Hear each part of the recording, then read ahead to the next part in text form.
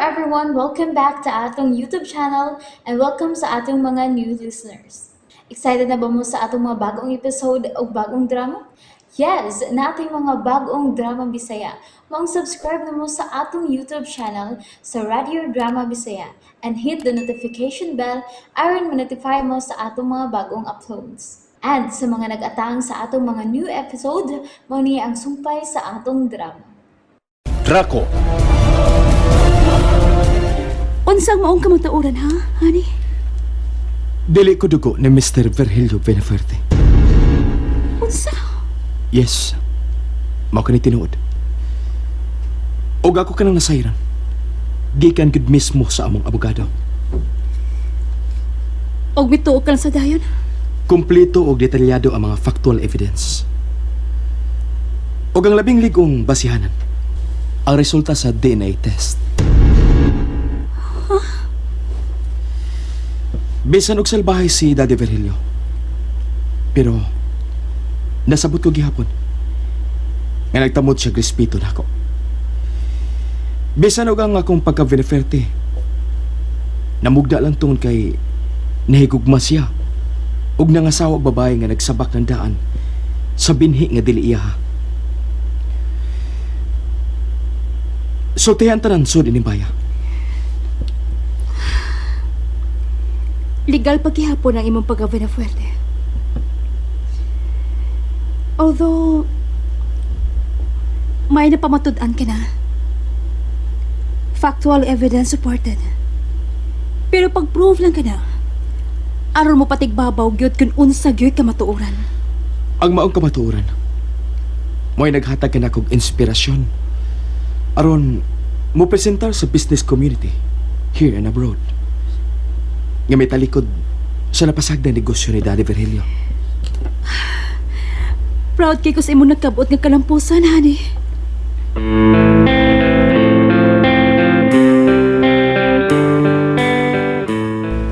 Nga no, hindi na?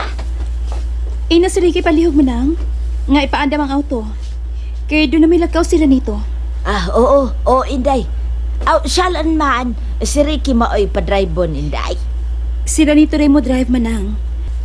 Katulang ako naan ng gamiton, mo ipaandam. Pailisi og seat cover, ingon man, pailisan og mating og air freshener.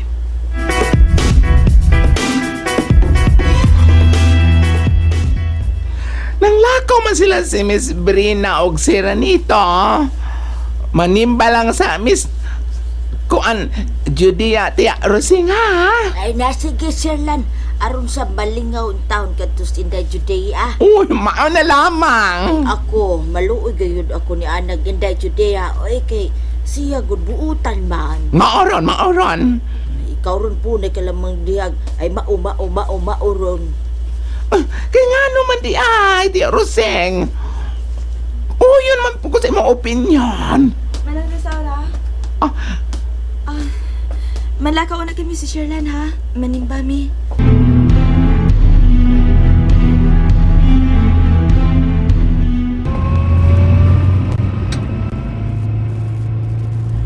Bale, unsalan kini akong boylog. Wala mi tingog-tinga og naglutok mo lamang kalimot tao. May pag ako sa pronsit na lamang ni lingkod.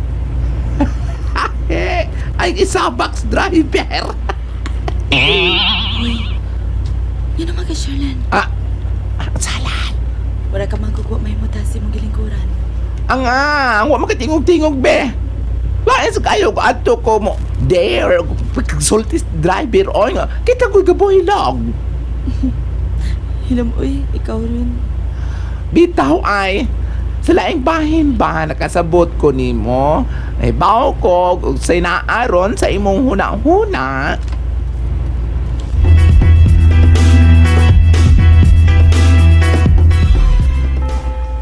Day, isara. Kinsa imong gisigihag tan-aw. Sige magkakilig-ilinga. Daghan bang mga gwapo? Uy, dili ka na ang kisigihan ako glingi uy.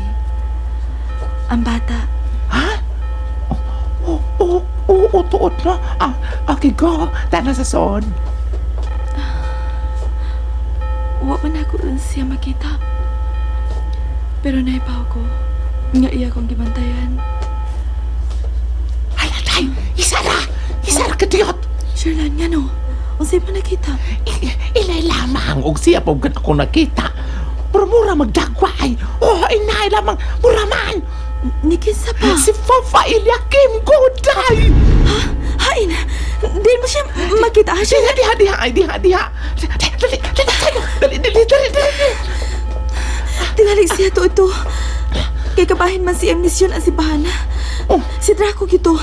Si Draco gito tingali ka to, Sherlan. Bali ikaw, dako isang pitning pa ni Papa Eliakim sa, Wala na ako ang pagduha-duha.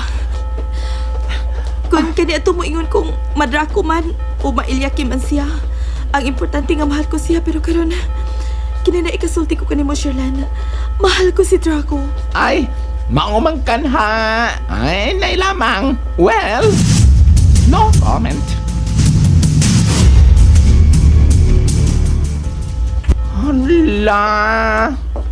Bale. Wala nagyoday. Tana, Sherlan. Manood na lang ta sa simbahan. Dili ko gusto mo laom. Nga siya to, Sherlan.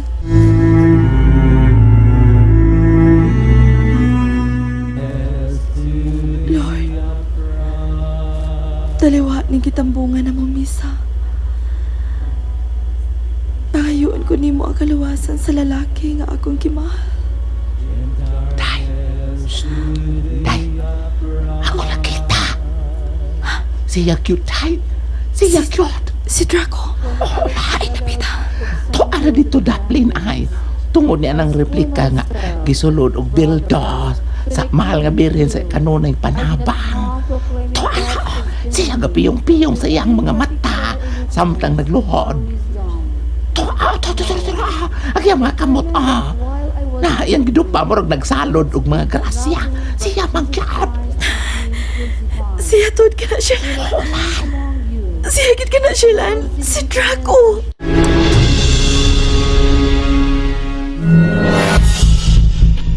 Baling binalik-balik nato sulod simbahan, day.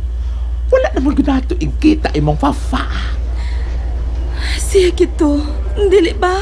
Oo, siya man yun tao. Unsaon, dagan po mga tao man. Humas misa, sila yahay lang magpangguwa. Mao nga pagdool unta nato niya. Uy, wala pod. Wala na po ikita unsa giano dagway. Tingalig ni paulit na to sa bahay ni Miss Brenna, Sherlan. Base dagway tuod. Dali na. Libutan taon na ang palibot ni simbahan. Basta tinog niya pagkato siya. Tala.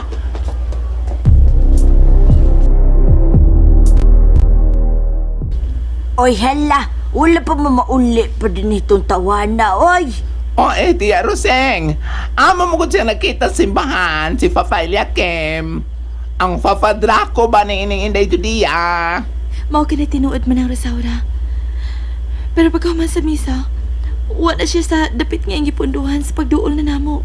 Mao man, kalit pa masig kawala, murang tagulilong, wala na ko kakita niya.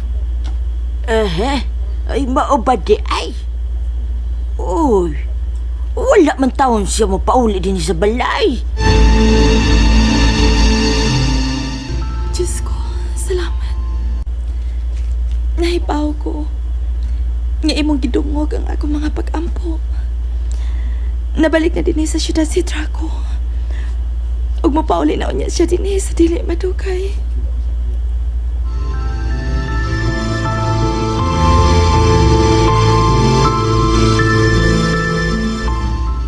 Aw, kadto kay ato masigpatan dito simbahan. Klaro na kadto nga dili magdugay, mapauli gyud to din Ay, husto gyud ikaw, Sherlan. Aw tingali, oy, ado na pagkataron siya importanteng gitiwas sa pag-asika. So, Bali pud ni siya. Asa dagway siya karon, Tia Roseng? oy, ala, na may tao sa gate, Sherlan. Nag-doorbell. Halala, asususiwan ako, Tia Roseng. Basig karon mao na si Armasayra na ato. Ay, mao!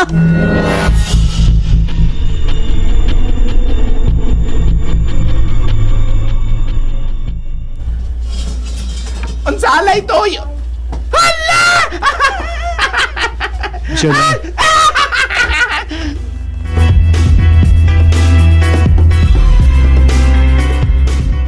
Berna, honey? Nganong gid ako nimo ining dapita? Doon nagkabaya ang mahinumduman aning dapita, honey. Palihog lang. Ayaw ko tubagaglab ng pangupang sa akong pangutana. Sa tuyo nga, may sama ko sa kituho ang kaliwatan ng mga Beneferte. Dini ko nang nipatay tao. Pinagis pagdasmag niya atong tungura nga naglakaw. Gimahayan ko kato. Ako tong gibasulan. Samtang wakan, hilom kong mihimo og duga mga pakisusi. Ug ako na sayran, nga pinangita di sa balaod katong tawhana. Dito sa Luzon area. Di na siya magtago-tago. Di na siya tago isi mga kabanay. Og may gamit og daghang mga alias. Di ba? Nahimo ka man tuod nga kriminal tungod sa awhag sa imong giilang amahan. Pero wa nimo usiki. Kay mo may imong gihunusan sa kinabuhi. Ang usa ka tawo nga way kapuslanan sa katilingban.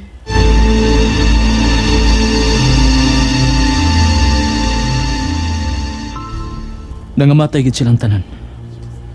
Ug nalubong karon ang mga patay nilang lawas sa nahugnong langob sa bukiran sa Latrangka. Uy, hala, ginoo ko in taon nga na. Uy, Mahaling, luuya! Kita wala man lamang magdahom! Apil ba si Mr. Virgilio Beneferte? O agin mo siya maluwas? Tinguha ko unta ang pagluwas niya. Aron sama nako, katagan pa siya laing kahigayonan aron makahinulso sa iyang mga sala ug magbago. Husto na ito, ding bagwa lang sad may mahibaw human mo sulti sira nito. Nga Nadili siya matuod nga Beneferte. Nahibaw ka na di, daan anang bahina? Saksi ko ang kalag ni Draco sa mga panghitabo nga naglimin sa kaliwatan ni Samuel Beneverte.